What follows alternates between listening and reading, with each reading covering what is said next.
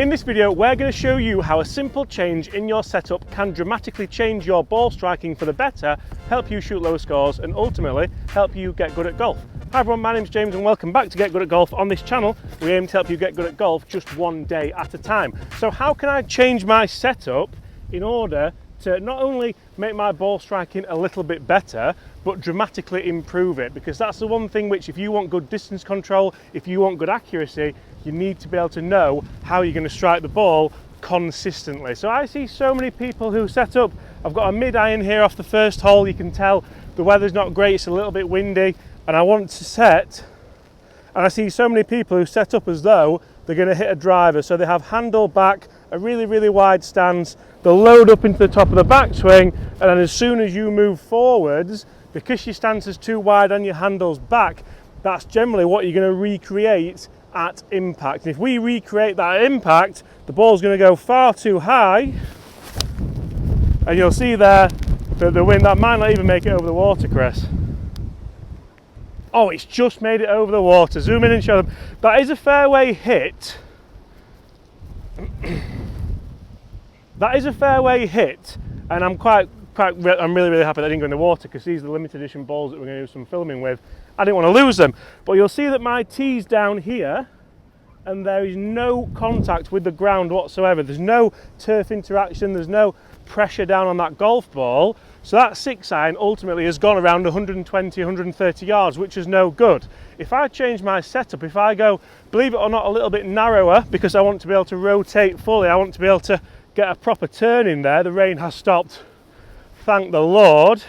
A little bit narrower, ball further back in my stance. You can check this with a club just to make sure that it's just forward of centre with a mid-iron. That is exactly what we want. So then you can set up with the handle forward, and what that's going to do is ultimately give you a little bit of forward shaft lean there.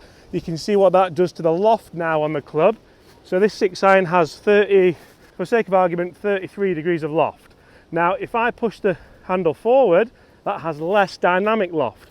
What is that going to do to the ball flight? It's going to send it out lower, more penetrating and more powerful. If I have the handle back, you see that adds loft. That's around kind of maybe even 50 degrees of loft there.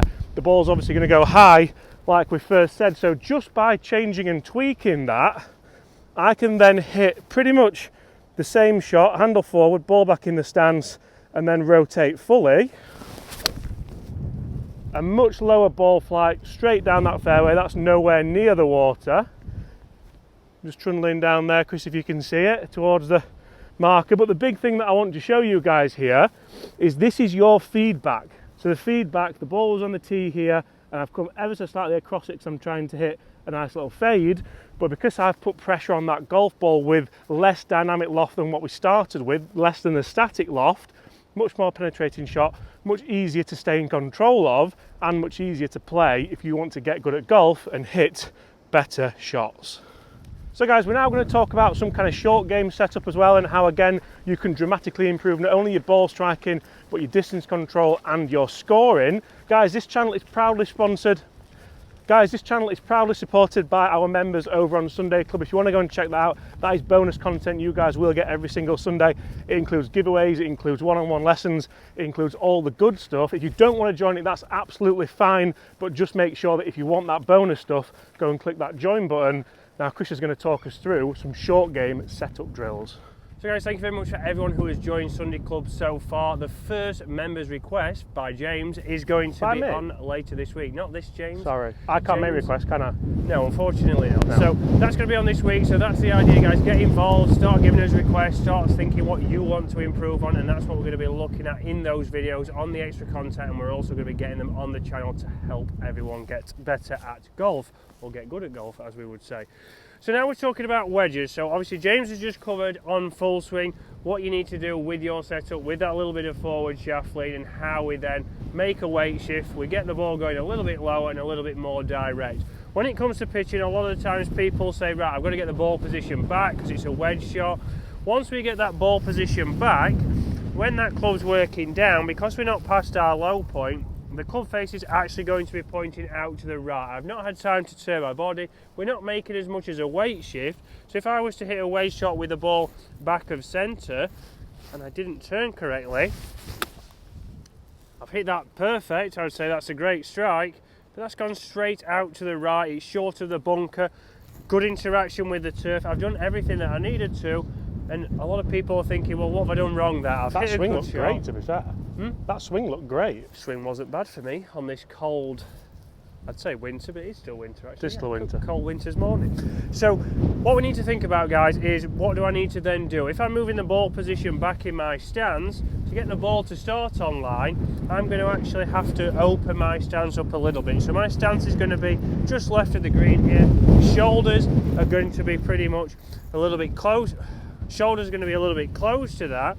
And then from there, that's going to allow me to be able to square that club up. I've got a little bit more angle of attack. I've got a little bit more forward shaft lean. So we should start to see lower, more spinning wedges. But I have to open that stance on my shoulders ever so slightly to be able to then commit to the shot, get that starting on line, and delightful. Pretty good in regards to the fly. But you look there, guys, both of those shots have good interaction with the turf. You can see the full blade, or the full length of the blade, has gone through the ground. But just because of my setup, I've been able to then get the ball started on line, starting where I want, and you'll also start to see you're going to get more spin on there. So let's get down on the edge of the green. Let's play a couple of chip shots and talk through your basic setups there to help you get good at golf. So guys, make sure you stay tuned right to the end of this video. We are covering all the good stuff in setup to help you master ball striking. We're going to talk irons, Chris is going to talk through some wedges, then I'm going to talk through the big dog through the driver, see how you can get striking the ball better, hitting the ball further, and hopefully getting good at golf. Right, so down at the side of the green, guys, now we're going to play a low shot here. James is going to play a high shot, and we're going to just talk about setup. So if we want to play those shots, we need to change a few things at setup to achieve it, even using the same club. So here I've got my 52 degree. Again, we can use this to go up and over a bunker just by changing setup. So if you want to play a low shot, what we want to do, guys, is get a little bit closer to the ball. So I'm around about a foot away from the ball. We're getting the club nice and tall, but it is back in the stance. So it's back in the stance, in line with your right foot if you're a right-handed golfer. Shaft nice and tall, and then when I lean left, you'll see when James comes around there, that gives us the forward shaft lean. That gets the ball coming out lower, but because again we've gone forward with the hands, we've gone back in the stance, we need to make sure that we shuffle that a little bit around, just like we talked about in pitching, to get this ball started on line. So we've opened our stance slightly, ball is back, hands are forwards, we treat it like a putting motion, nice and easy. That comes out nice and low, runs out, and pretty good from there. So that's a low shot. What we need to change for a high shot, James is going to talk through now. So guys, if you play the shot that Chris played from back there, which came to the right, these are the shots you may well be left with. Shots that people don't really want. You're short-sided, you're over a bunker, you need some landing angle to get this close, especially with the wind today. So what we're going to change in setup there is I'm going to have the ball pretty forward in the stance. I don't want it outside the left foot, but I do want it forward of centre. I'm not going to open the club up too much. I'm not going to present too much loft to it because we still need the distance to carry that bunker. One of the big factors here that people would see is if they don't accelerate enough, don't gain enough speed, or don't control the loft enough, you straighten that bunker, and that is the worst of the two evils. The lesser being go a little bit long and then two put for your bogey. So I'm going to move the ball forward. I still have my weight left. You always want your weight on that left side when it comes to short game. That's how we're going to generate the strike. But from there, a nice fluid long swing, move round, move forward, and you can see we've actually made that shot look a little bit easier than maybe it should be because my stance and setup was correct. I've still had a little bit of ground interaction there. I've still rotated around and got down into the ball. I've still got a negative angle of attack. I'm not trying to help the ball up in the air. I'm not moving back off it. But that's just something where if you do attack a lot of flags and you do miss the greens and leave yourself short-sided, that can massively help you get good at golf and lower your scores. Now, what if you want to hit longer drives? We've left this to last because I know that's what you all want to do. Stay tuned. Now, when it comes to golf, we all know that everyone's golf swing is different and everyone has maybe a different ball flight they are wanting to achieve. But one thing stays permanent with the driver. We need a good setup to get that ball launching, ideally nice and high with a low spin and with plenty of ball speed to get you the distance. So if you want to launch the ball nice and high up in the air, we are downwind on this par 4, so that's exactly what we do want to do. Very similar to actually the pitch shot that I just showed you. I'm going to have the ball forward in the stance. In this case, it's going to be on my left big toe, and what this allows me to do is rotate around my core whilst keeping that ball just forward of centre. From there, I can move around my body, I can have a nice positive angle of attack. This is something which we've spoken about so often here on Get Good at Golf, making sure we have a low point, then impact, and then move up and around. If you have the opposite, if you have impact, then low point, that's generally when you're going to see a really high spinning shot. You're going to see that horrible slice that so many people don't want. You're just not going to see a powerful straight golf shot. So if I was to put all that into play, we should be able to aim just over that big tree, nice big fade off that wind, and from there hit a nice big cut straight down the middle of that fairway. Guys, there are a few tips on how you can make sure you get the best ball striking possible out of your game all the way throughout the bag.